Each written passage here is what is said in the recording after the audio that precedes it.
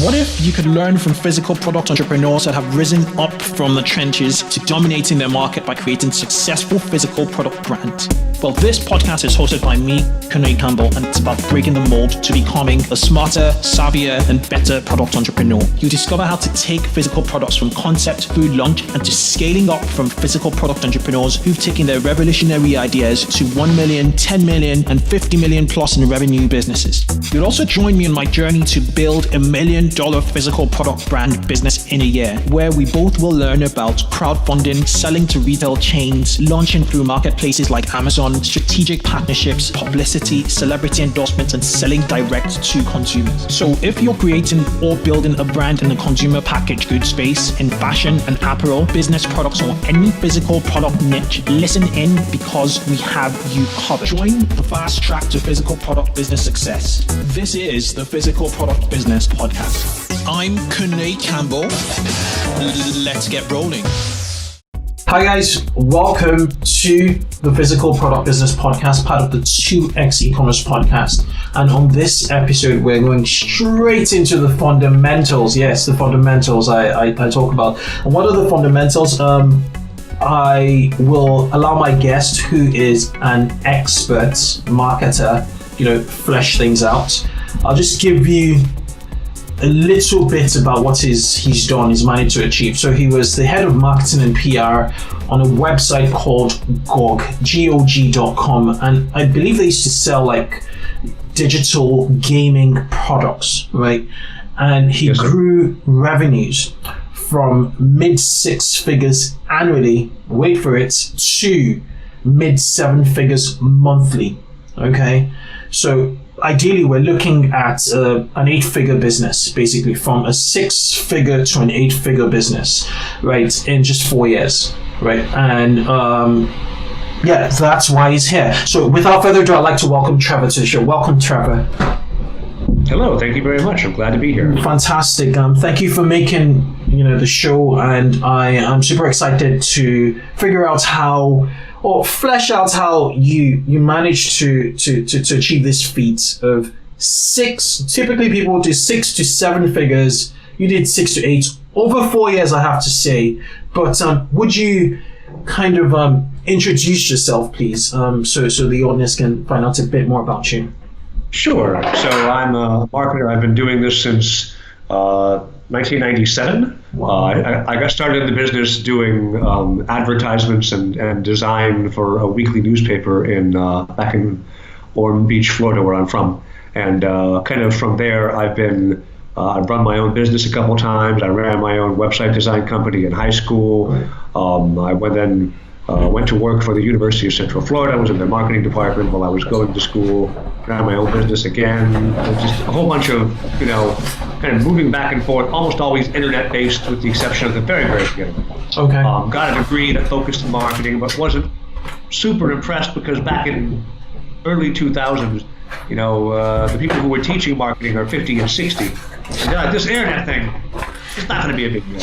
Like, what you need to learn is how to do direct mail flyers and this kind of stuff. Yeah. I think maybe compared to some of the marketers who are getting started today, or even guys who've been in the industry for a while, a lot of the actual tactics they taught in school were not very useful anymore. I don't think I've sent a direct mail flyer in 15 years, but the strategies and the way they approach the foundation of here's what you have to know to do marketing well is still very important. And I think a lot of people just get started with tactics right now and don't pay attention to those fundamentals.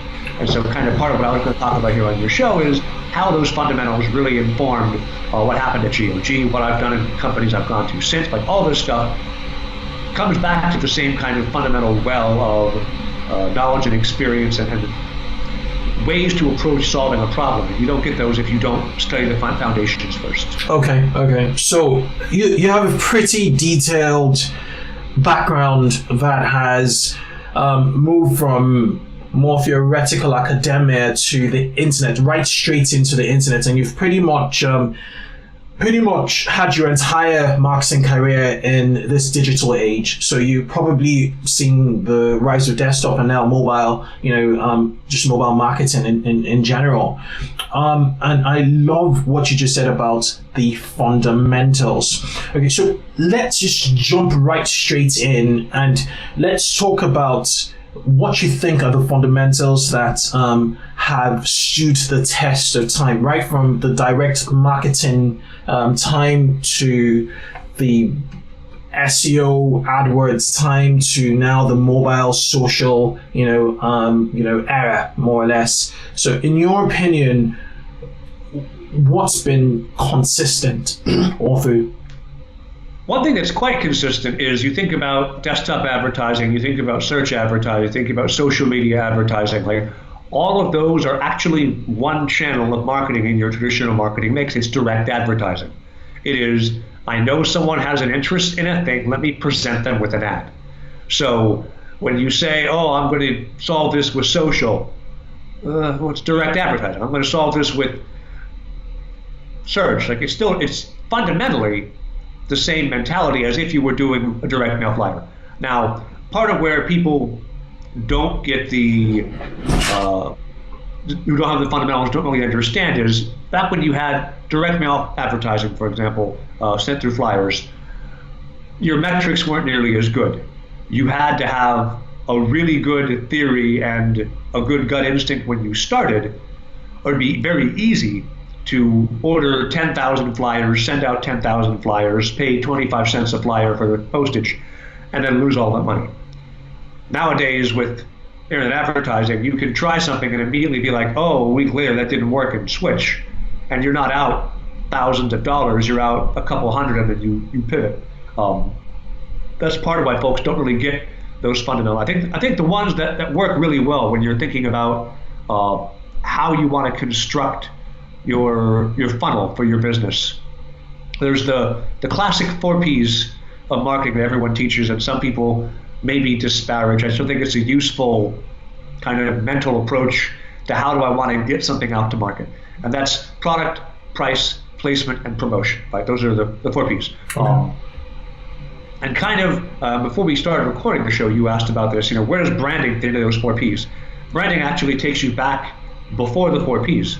Not branding in the case of like, what's my logo look like, but branding in the case of why am I in business? What does my company do? Who do I sell to? Who do I speak to? What's their pain? That's all branding. I love what you just said, the why are we in business, that core. And everything kind of like, circles around it, right? Yeah, if you don't know that, then you're not going to be able to promote effectively. If you don't know the reason why you're providing a product or a service to somebody, then you don't know what to tell them when they come to you, right? Your website's not going to make sense. Your ads won't make sense. Even if you've got salespeople calling, they won't make sense because they don't know that why. So answering that why first then defines kind of what's the product. You don't know what your product is until you know why you have it and who you're selling it to. So then when you define the product, the same product can, with slight changes in branding and why, be a different product, right? You have Campbell's onion soup mix, right? It's an envelope full of salt and onion powder and garlic and a beef stock, and like, you can make onion soup with it. You can also make, if you put it into a tub of sour cream, you can make dip with it. It's the same spice packet, but how you approach the way you use this completely changes what you expect. Onion soup is, kind of a healthy thing. Chip dip made out of sour cream is not. Like, all this exact same product, the way you market it's completely different. So something that simple changes what your product is, even though the contents are exactly the same. Right.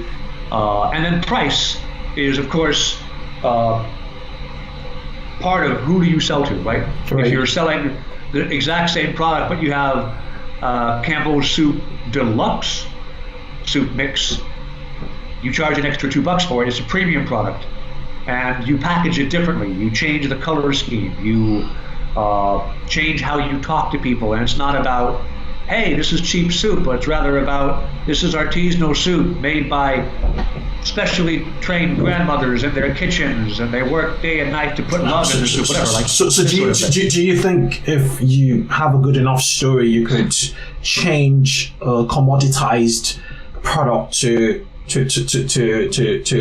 a brand, more or less, and you command a premium on price? Of course, that's what the best brands have done.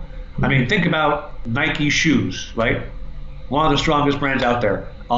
Their shoes are not in any way that I can determine better than a $20 pair of sneakers.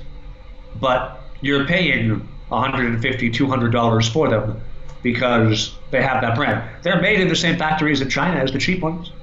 There's no inherent superiority, just that's the brand, that's the product. I mean, any fungible item, right? Clothes, sneakers, I don't know, cars, everything like these are, to some extent, it's branding that makes the difference, right? A Honda car is a reliable, well-built, dependable, efficient car. So is a BMW. You pay a lot more for the BMW, even though the performance envelope is pretty similar. Of course, as I say this, anybody who listens to your podcast and is a gearhead is like, no, you fool, they're different. Well, a little bit, but most of it is the way you feel about them is different. Right. Do you build, I think feeling comes in two strands when it comes to product experience. One is obviously the messaging, and the other with regards to feeling is the product itself, the product experience, and I think you need to kind of optimize both to qualify yourself as a premium brand. I don't know if that makes sense. Okay. Yeah, but that also goes back to your brand and the fundamental strategy. If you're a new business, if it's a startup or a relatively new business, one thing that's important to realize is the way that you think about your product is the way that it will be perceived.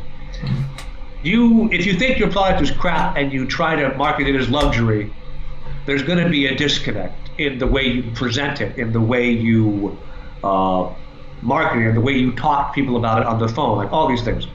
I'll give an example from a company I worked in the past called Contact.io. They were a hardware manufacturer for Bluetooth electronics. And when I joined them, they had their hardware was put in this very thin, cheap plastic and sent in kind of regular, ordinary cardboard boxes. Well, they had the highest performing product on the market, but people wouldn't feel that when they bought it because it looked cheap.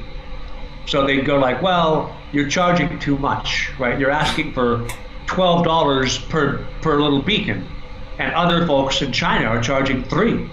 Why are you charging so much more? And our answer is because it's better, and they didn't feel it. So you change the packaging, you change the website design, and you convince the whole company. You tell the salespeople, you tell the guys who are in shipping and receiving, and you hammer it home until they believe you that we're a high quality product, we're an excellent product. Look at how well we're presenting ourselves now with a new case, with a new box, with new instruction manual inside, all of this.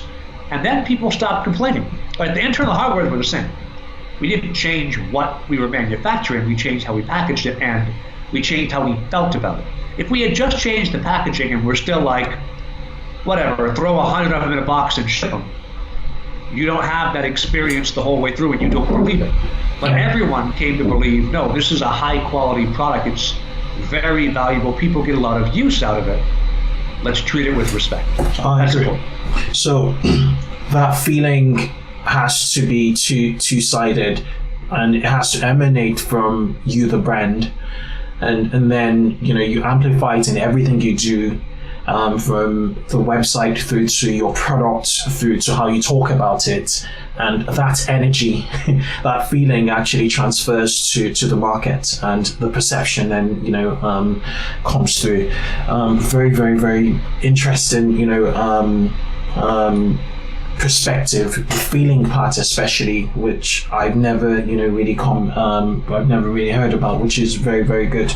Okay, so in regards to, so can a brand get away with feeling great, feeling premium about their brand, but also being, competitive? So you deliver a very high quality, product, but at the same time, you do not necessarily charge the highest price. Would you recommend that? Or, as a you want to stay competitive in price, you have your economies of scale from a production standpoint, but your packaging looks premium, your product is premium and your messaging is premium. Are you shooting yourself more on the foot if your pricing isn't premium?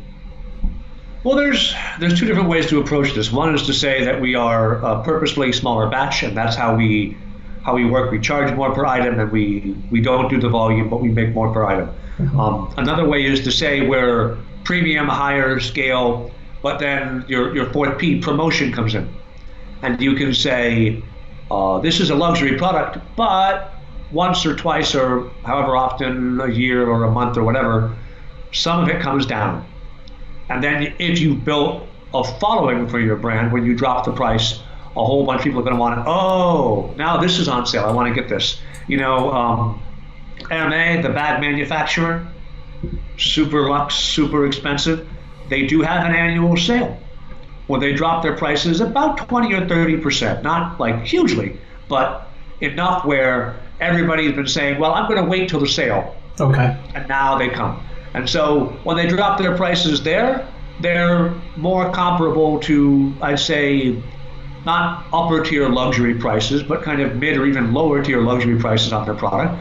So all those folks who can't really afford the uppermost tier, I can now come and buy here. So MA gets the advantage of, we've got this luxury status, but some of our product, not all the product, some of the product we're going to drop in price and make available at a broader reach. Meanwhile, you've still got that exclusivity, because some of these products will never go on sale. Yeah. And so if you see someone, you've got the really expensive bag that never goes on sale, you've got the social cachet of, look at this, as opposed to just saying, I have an MA bag. Right. That makes a lot of sense. Okay. Right. Okay. And then you just talked about product price. What about promotion and placement? So promotion and placement are what most people think of when they think of marketing. A lot of people, when they think of marketing, don't think of, how do I take a product and define it, or how do I figure out what price you should charge? And that's overlooked a lot. People say biz dev is price, or sales determines price, or the CEO, or whomever. Marketing can figure out a good price with market research and particularly now online measuring. But both of those aside, the traditional marketing areas are promotion and placement. And what that means is, I'll go back to online advertising, right? When you advertise on social media, you're placing how your product is perceived into Facebook, into Twitter, into LinkedIn, into wherever. Now, the actual placement of the product itself is, depending on what type of product you have, right? Is it an online shop? Is it available in the retail? Which retail stores? Like, this is where you've actually placed your product. And for most of your listeners, I'm going to assume they're not the sort of people who are launching a retail business, because the overhead and timeline and money required to do that's pretty tough. Most folks are going online. So your placement by default these days almost is always online, and then maybe somewhere else too. Okay. So in some ways, the actual placement of the product itself is foregone conclusion for most small businesses or even medium-sized businesses. You're online. You have to have that. Where you go beyond there is almost as something you determine after you've launched, after you've found if you have product market fit, and after you've started to see that this is something I can sell and make money off. And then promotion is, how do I tell people about me? And part of this is, where do I place my promotion, right? That's includes things like direct advertisements, that's search engine marketing, that's social media marketing, that's display ads, like all that. It's some actual promotion of you, whether it's through PR or whether it's through organic link building. Yeah. That includes partnerships, brand pairings, all these sorts of things where you're leveraging somebody else to help get the word out. All of this fits into your promotion strategy. And if you only say, we're going to buy social ads, or we're going to do SEO, we're going to do any one of these, you're missing out on the mix of different channels you need to use and test particularly to see where is their traction, how do you actually get traffic, how valuable is that traffic. So you suggest you test channels, and then you switch. You have to. Okay. Because there's, like, you can get, it's cheap to buy traffic, right? It's really easy to say, I'm going to go on Facebook and pay $200 and bring traffic to my website. But if you don't see what might happen if you spent, like, let's say you're paying yourself $20 an hour. If you spend 10 hours doing outreach and try to get journalists to cover you, and you get 5 journalists to cover you, and they bring in more traffic or better traffic, you need to know which is better for your business. Exactly. And there's no blank rule. I can't just tell your listeners, hey, this is what's going to work for your business, because every business is different. Right. Okay, I have a question, and this is from a marketing standpoint, tracking back to product and price, right? As fundamental as product and price are to the 4P's of marketing, in some businesses, marketers have a challenge. They are unable to influence product and unable to influence price in terms of make adjustments, despite these being key lever points for marketing strategy. I'll give you an example. If you were like selling apparel, sports apparel, and you had a SKU count of 100 products, right? And you're competing in a market, your key competitors in a market, you're given the remit to grow this business, this sports apparel business. Let's say you were selling gym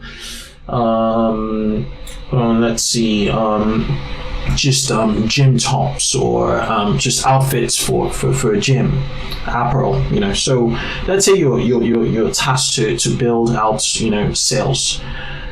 And you clearly see competition. Your competition have either higher quality products than yourselves, than your company, or they have a wider range of styles. So you're up against a company, you're doing 100 SKUs, and your nearest competitor, the competitor you've been given the remit to beat, has 1,000 products, 1,000 styles. So their audience, when the same people you send traffic to your website actually visits your competitor's website, they will buy something just off the back of the odds of styles. They just have that edge. And then you go back to your boss as a marketer and you say, look, I think we have a product problem, and they don't see the product problem. Basically you're not competing with options, you're not providing the market with what it wants.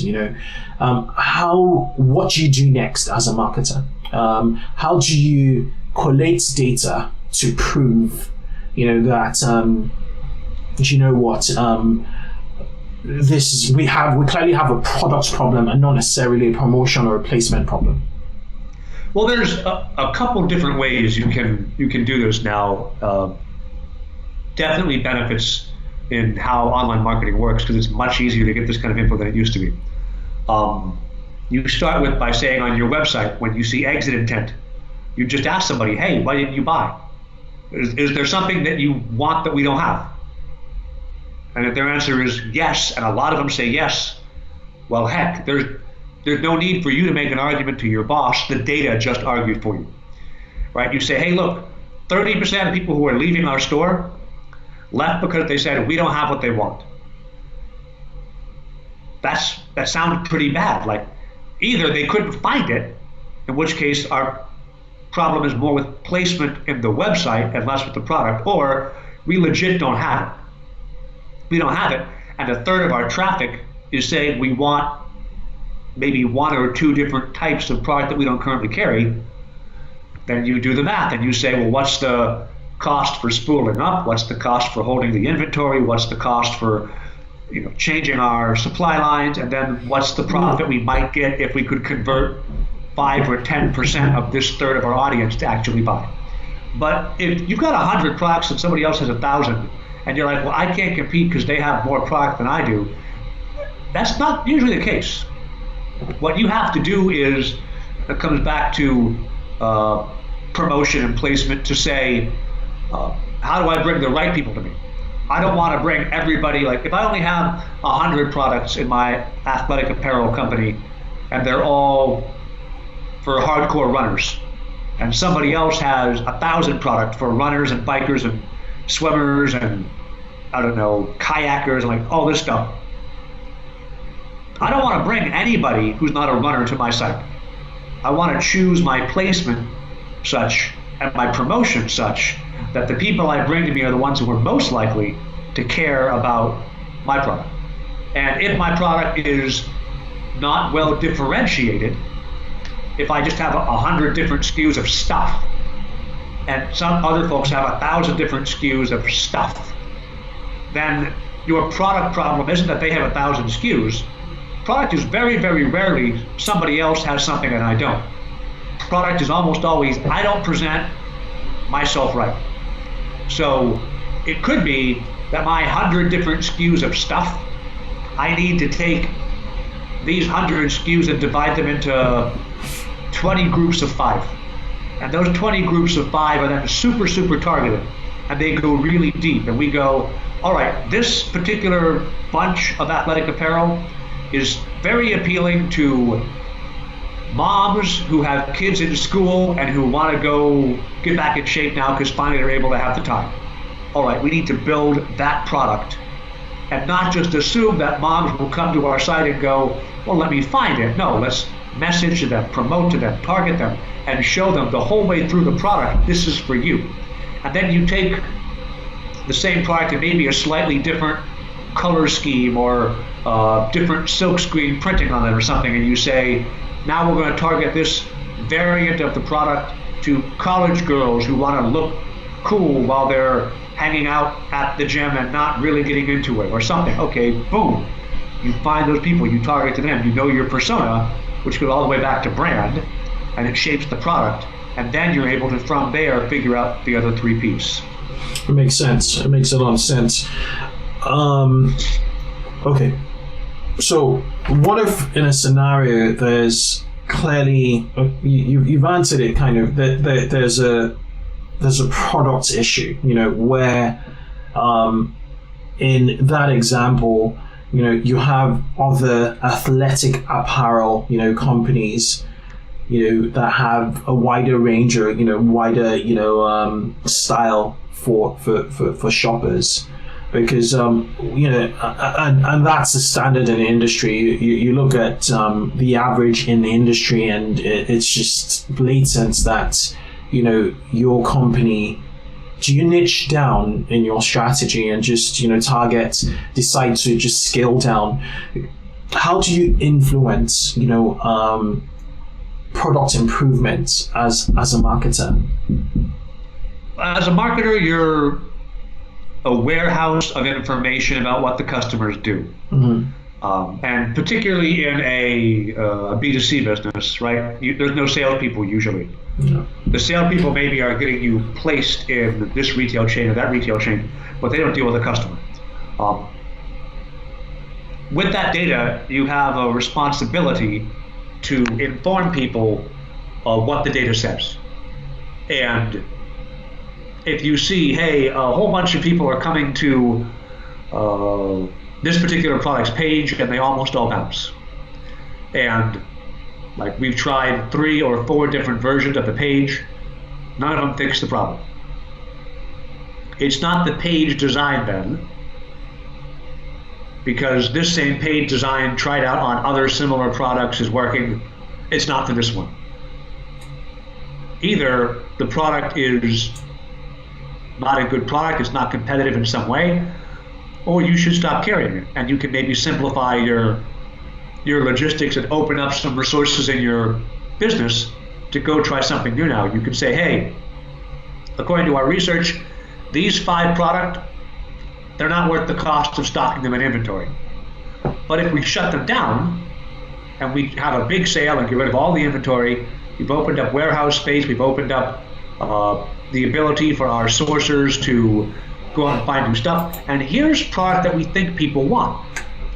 And so what you do is you can help age out and argue for a product that needs to be removed from the list.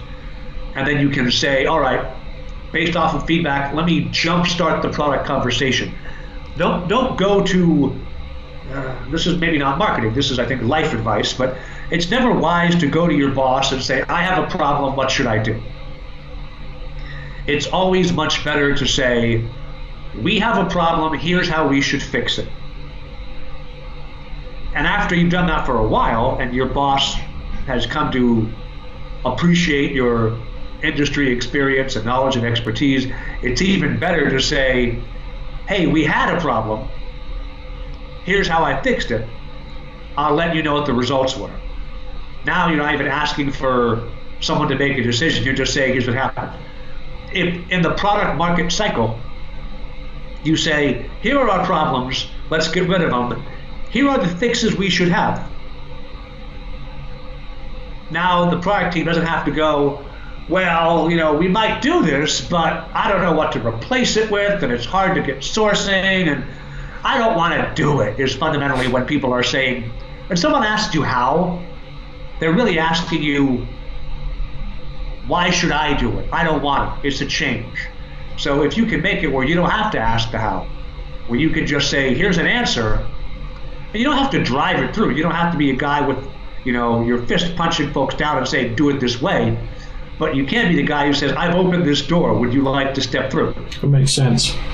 Yeah. And they may be like, no, I don't want to step through, in which case, okay, let's go find something else. But make it obvious where, like, we have a problem, here's the solution I recommend, is a good way to go at it. You also look at the kind of the quadrant of performance of a product versus demand for the product. And you've got your rising stars that are maybe not staples of your business, but look promising. You've got your top performers, the ones that are doing great. You've got your old, worn-out product that may still be doing well, but it doesn't have a good trend. And you've got your dogs, just the garbage that you should get rid of. And like, whenever you're a marketer, if you've got multiple products to sell, what's your dogs? What's your garbage? Get rid of them. Make room for something new. And if you're like a SaaS business, what users of yours are the dogs, are the worthless ones, right? Pareto's principle, 20% of your users or 20% of your product make the majority of your revenue. Whether that's 80% or 70% or 90%, like, that varies. But it's true in almost every industry, all through nature, all through everywhere. Focus on the 20%, discard some of the 80% to make room to find more stuff that goes into your 20%. Okay, Trevor. Let's move on to the core. We got in touch with regards to how you were able to move GOG.com from a 6-figure per month business to a 7-figure per month business over the course of 4 years. Should we flesh out how you did it from a 4P's marketing standpoint? What was their situation before, and how did you kind of move them to where they were revenue wise? Sure. So when I joined GOG, they were a pretty small company that specialized, as you said, in selling digital game products. They had a very strong kind of core following, and they had a unique product in the marketplace, but one that was not especially valuable. And that product was that they didn't sell the newest games, they actually sold old games, and GOG stood for good old games. And the really old games had a strong emotional appeal to them, right? Because people would buy the games not so much to play them. They'd buy the games because 10 or 15 years ago, when they were a kid, they loved them. And you buy them, and you don't have that game anymore because in 15 years you moved house twice, your computer won't run the game anymore, whatever. Just owning that thing that you used to love feels nice. Mm-hmm. So Well, the way I approached this was start and say, what's the core on the brand? What makes the brand work? And there were 3 different cores. There was DRM free, which doesn't mean much unless you're a gamer. A DRM is basically copy protection. And all these old games did not have copy protection, but most new games do. And you can either say to a partner or a publisher whose games you want to sell, you can say, hey, sorry, we're not going to add DRM to your game because it's too expensive, which is kind of a negative thing. Or you can say, we as gamers are emotionally invested in saying copy protection is stupid, nobody likes it, and so as a point of ethics, we don't add DRM to the games. And now you've taken what's a weakness, you can't afford to do something, and turned it into a strength. And you said, this is who we are and it matters, it's a principle. And a lot of gamers were like, yeah, DRM sucks, we hate DRM. That's awesome that you don't have it. Then fair prices. We were charging quite reasonable prices, and we were charging the same prices everywhere in the world. And then customer love, which is kind of squishy, but the whole company was, all of us were video game players. We've all been playing games for years and years and years.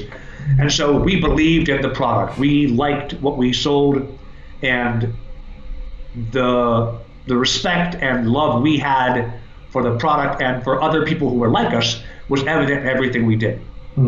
Those are the kind of the branding fundamentals. Yeah. And then from there, we go into product, price, placement, and promotion. So one of the problems we had was, as I mentioned, these games aren't particularly valuable because they're old games. So one of the things I did was say, how do we sell something that's more valuable? We can't really charge more for a 10-year-old game. No. Could we maybe sell a different kind of game? And so we looked and said, you know what? A lot of people who make small games, indie games, games developed by a 2-person or a 4-person or a 10-person studio, they don't get a lot of visibility when they launch their game because Steam, which is the #1 guy in the market, they put out like 30 games a week. If you don't have a budget to get found, you won't get found. So we said, well, let's release 2 games a week that are indie games, and let's help promote them. So our users now come to us for a different kind of game that we charge more for. Okay. Right? You charge $15 or $20 or $30 for a new game, which is not a whole lot of money, but when you sell games for $5, starting to sell games for $30, that's a big bump. And what you get out of that is any online distributor sells off of a percentage of the revenue. Right. So being able to say that we're now not making a couple percent on a $5 purchase, but a couple percent on a $30 purchase, you know, most people will buy 2 or 3 games. So you have this product. So this product refresh strategy was in there, yeah. Which got people coming to the store more often to see what was new. Most people would tend to buy 2 or 3 games. Right. But if we could get you to tend to buy a $30 game instead of a $5 game, we'd make more money off of you. Okay. So we had a core of people, a couple thousand people who would come every day. Wow. But most people would buy a game or 2 and then not come back. Never. And so part of this, not really. Mm-hmm. So part of the promotion, part of the product strategy, was to say, how do I make those users more valuable? Okay. Because most of our users come once or twice and then don't come back. So get them to buy a more expensive game. Increasing average order value, just ramping it up with. So how were you able to get away with the $30 versus the 10 versus the 5 or the 10? Well, they were new games. They were new games. So okay. At that point, we're making new games, and the first thing we did was we said, would this product work? And the survey results from our users were, yeah, they would. So then that was product. Then prices, the game is now $30 because it's new. Yeah. And it's $30 everywhere. We're not charging a higher price for it. It launches at that price everywhere on the internet, and we can charge it too. Okay, so how did you how did you align your ethos of being good old games with new games? We changed the branding, and we changed the company from Good Old Games. Our URL was always GOG. But we changed our branding from Good Old Games to just GOG. Okay, gotcha. And it didn't stand for anything anymore. It was just, we're GOG. What does that mean? I don't know. What does Nike mean? Okay, Nike is the Greek word for success, but most people don't know that. No, that's exactly. Like, that kind of thing is, we just, and that was maybe almost 3 years to make that branding shift when people stopped calling us Good Old Games. So what was the impact of that change, that small but huge tweak, where you changed the your product offering basically, and you were able to sell games at newer games at higher prices? How did that change revenue and sales? Well, I shouldn't say automatically, but it did. After we made the change, users who came and signed up,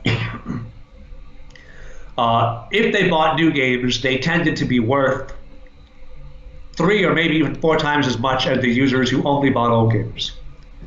So after we tested that and found that out, we started to say, okay, how do we promote a different way? So now when you sign up and you buy an old game, we'll send an email to you that recommends new games that are similar.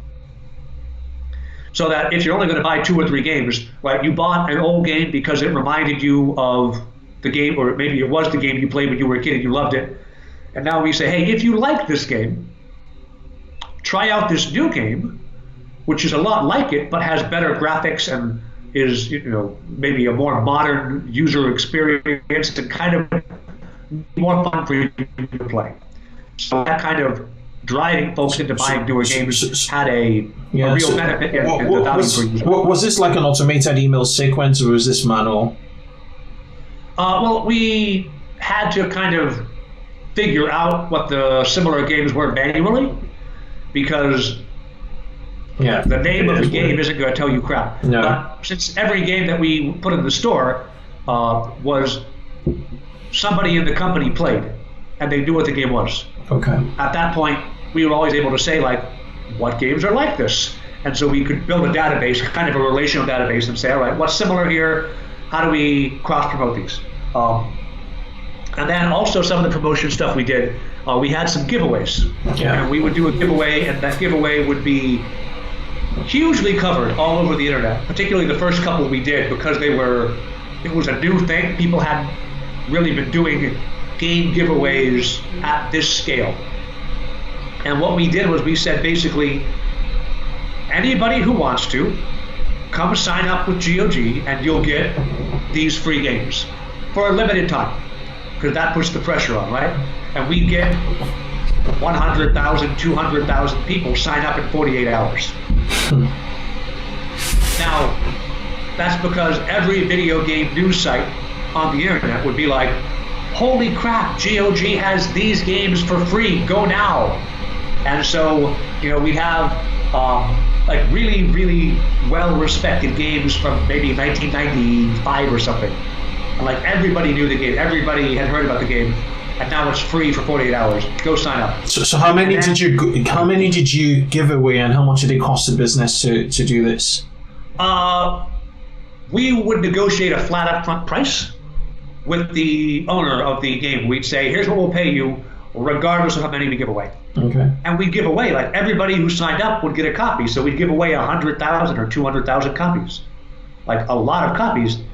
And that ended up being one of the most commercially successful ways to acquire users. Super, super cheap. I can't really go into precise numbers because of NDAs, but like extremely cheap per unit way to bring people into the community, and then start to say how many of them can we convert to being an actual customer. Okay, so if we were to flip this on its head and imagine this was a physical product business, where you were selling actual game CDs, games in CDs or DVDs in disc, basically, how would you have gone about the giveaway? Obviously, it's more challenging from a shipping standpoint, and it's just more expensive, giving out the disc. What would you suggest to our listeners who are predominantly, physical product entrepreneurs, to do if they're to utilize this tactic of giveaways? Giveaways are a lot harder to do with physical product because the cost per user is generally higher than the value per user. Mm-hmm. Like if I'm spending $5 per user on a giveaway, because my product costs, let's say, $10, like usually I need that person to buy 3 things, like everyone to buy 3 things to make up the cost of giving them one. And that doesn't scale because everyone won't buy 3 things. So the way to do a giveaway then is to make it where there's some gating or some qualification. A really common one is to say, and this is why I think all these subscription services are quite popular in the physical world, like sign up for a longer term thing that you can cancel and we'll give you some stuff free. Because a lot of people don't, or they forget the first month at least. And so you get a revenue hit off of them for that giveaway. It's almost a guaranteed revenue return. If you're in like a straight retail business, giveaways are tough. Then you have to do chance to win or sweepstakes. Yeah. And then there's gambling, and then there's legal, and like all the overhead, and that's tough too. So it's a handle. Okay, that makes a lot of sense. Okay. Yeah, that makes a lot of sense. Okay, so let's wrap things up. Is there any other thing you want to talk about with regards to the marketing strategy you employed on GOG.com that made a significant impact on its growth? Yeah, I think one thing to really pay attention to is there's diminishing returns on anything that works, right? The first giveaway that GOG did was quite successful. The second one was the most successful one because we picked a better game. And then like the third and the fourth, and I think we did 5. And they started being less and less successful. You can only go back to a promotional idea so many times before it wears out. And maybe if you wait a while, you can go back and try again because now there's a new audience in a year or two. But when you find something that works really, really well, it's also very important that you pay attention to when the returns are diminishing, because you don't want to just assume, oh, this works super well, I'm just going to keep doing it for forever. And I'm going to project my revenue growth now out for 2 years based on the strength of this tactic. It's going to be phenomenal, because that tactic won't always work. So keep in mind, like when you find a success that's fantastic, do it as much as you can, but keep in mind that there will be an end and you need to be ready for the next thing after that. Right. Okay. So ready to disrupt yourself. That makes a lot of sense. Okay. Right. Thank you so much, Trevor. I always ask a few evergreen questions in my lightning round on every show. They're just 5 questions that require a single answer, and I'll be ready to fire when you are. As quickly as you care to. Okay. How do you hire people? Based off of potential. Potential. Okay. What are your 3 indispensable tools for managing your business? Google Analytics.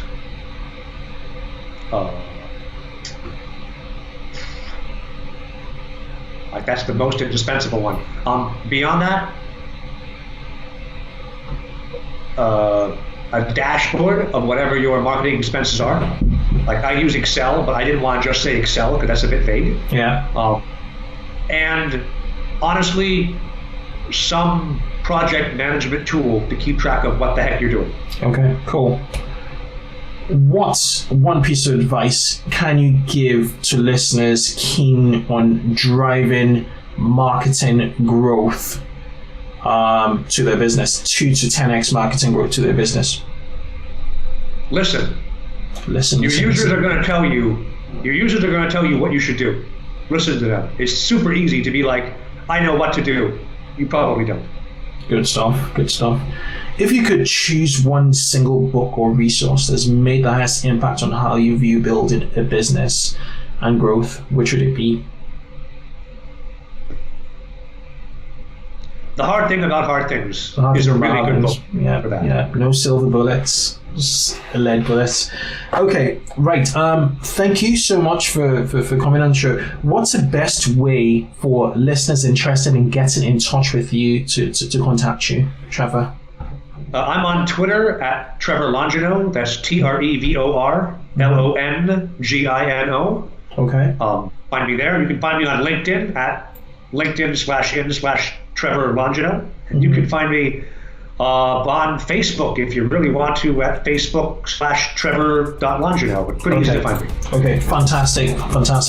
Thank you so much for sharing insight. I especially liked your fundamentals, getting down to the fundamentals and how they amplify on digital, how you translate those fundamentals to digital. I'd really love to spend a lot more time with you.